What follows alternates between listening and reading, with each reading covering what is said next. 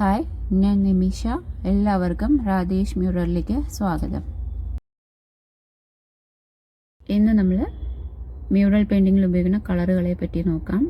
1 sap green, 2 permanent yellow medium, 3 yellow ochre, 4 vermilion Hugh,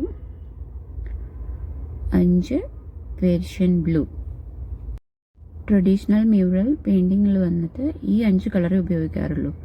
ഈ colour വെച്ചിട്ടാണ് ബാക്കിയുള്ള colours എല്ലാം നമ്മൾ ഉണ്ടാക്കുന്നത്. ഇത് കൂടാതെ പിന്നെ ബ്ലാക്ക് കളറും വൈറ്റ് കളറും നമുക്ക് വേണം. കേരള മ്യൂറൽ പെയിൻറ്റിങ്ങിൽ നിങ്ങൾ കാണുന്ന എല്ലാ കളർ ഷെയ്ഡ്സും ഈ കളറുകളിൽ നിന്ന് ഉണ്ടാക്കുന്നതാണ്.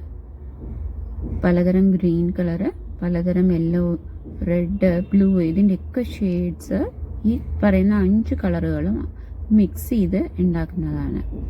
ഇപ്പോൾ ഒരു ഉദാഹരണത്തിന് പറഞ്ഞു കഴിഞ്ഞാൽ, താഴെ ഞാൻ വരച്ച ബേൺ സിയനയുടെ കളർ, മരത്തിലൊക്കെ കൊടുക്കുന്ന ബ്രൗണിഷ് കളർ, അത് 2 drop vermilion hue, 1 drop yellow ochre, ഒരു 1/2 ഡ്രോപ്പ് സാപ്പ് ഗ്രീനും കൂടി ചേർത്ത് മിക്സ് ചെയ്തിട്ടാണ് ഈ ബേൺ സിയന കളർ ഉണ്ടാക്കുന്നത്. നമുക്കിത് വാങ്ങിക്കാൻ പറ്റും, പക്ഷെ നമ്മൾ ഇത് ഇങ്ങനെ തന്നെ ഉണ്ടാക്കി കളർ ചെയ്യണം എന്നാണ് എനിക്ക് പഠിപ്പിച്ചു തന്നത്. അപ്പോൾ അതുകൊണ്ടാണ് ഞാൻ അതേപോലെ നിങ്ങൾക്കും പറഞ്ഞു തരുന്നത്. ഈ അക്രിലിക് കളേഴ്സ് എല്ലാം 40 ml ചെറിയ ട്യൂബ് കിട്ടും, അത് വാങ്ങിയാൽ മതി. 120 ml വലിയ വലിയ ട്യൂബൊക്കെ ഉണ്ടാവും, അതൊന്നും ആവശ്യമില്ല. ചെറിയ ട്യൂബ് മതി, അതേ കുറേ പെയിൻറ്റിങ്ങിന് നമുക്ക് ഉപയോഗിക്കാൻ പറ്റും.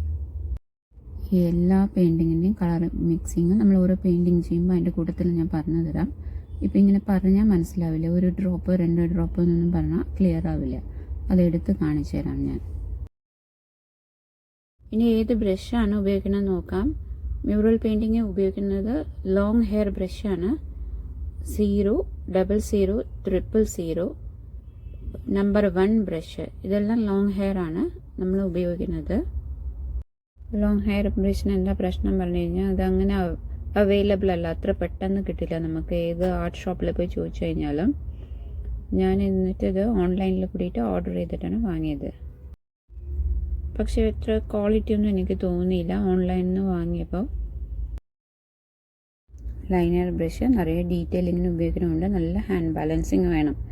അതിന് പ്രാക്ടീസ് ചെയ്യാൻ വേണ്ടിയിട്ട് ഇതുപോലെ നിറയെ ലൈൻസ് വരച്ച് പഠിക്കണം. സ്ട്രെയിറ്റ് ആയ ലൈന്, ഹൊറിസോണ്ടൽ, വെർട്ടിക്കൽ, അങ്ങനെയൊക്കെ വരച്ച് പ്രാക്ടീസ് ചെയ്യണം. അതേപോലെ സർക്കിള് ക്ലോക്ക് വൈസും ആൻറ്റി ക്ലോക്ക് വൈസും, അതിനകത്ത് കുഞ്ഞു കുഞ്ഞു സർക്കിള്, അങ്ങനെയൊക്കെ വരച്ച് പ്രാക്ടീസ് ചെയ്യണം എല്ലാവരും. ഇപ്പോൾ എല്ലാവർക്കും ഒരു ഐഡിയ കിട്ടിയല്ലോ, ഏത് പെയിൻറ് ഉപയോഗിക്കണം, ഏതൊക്കെ ബ്രഷ് യൂസ് ചെയ്യണം എന്നൊക്കെ.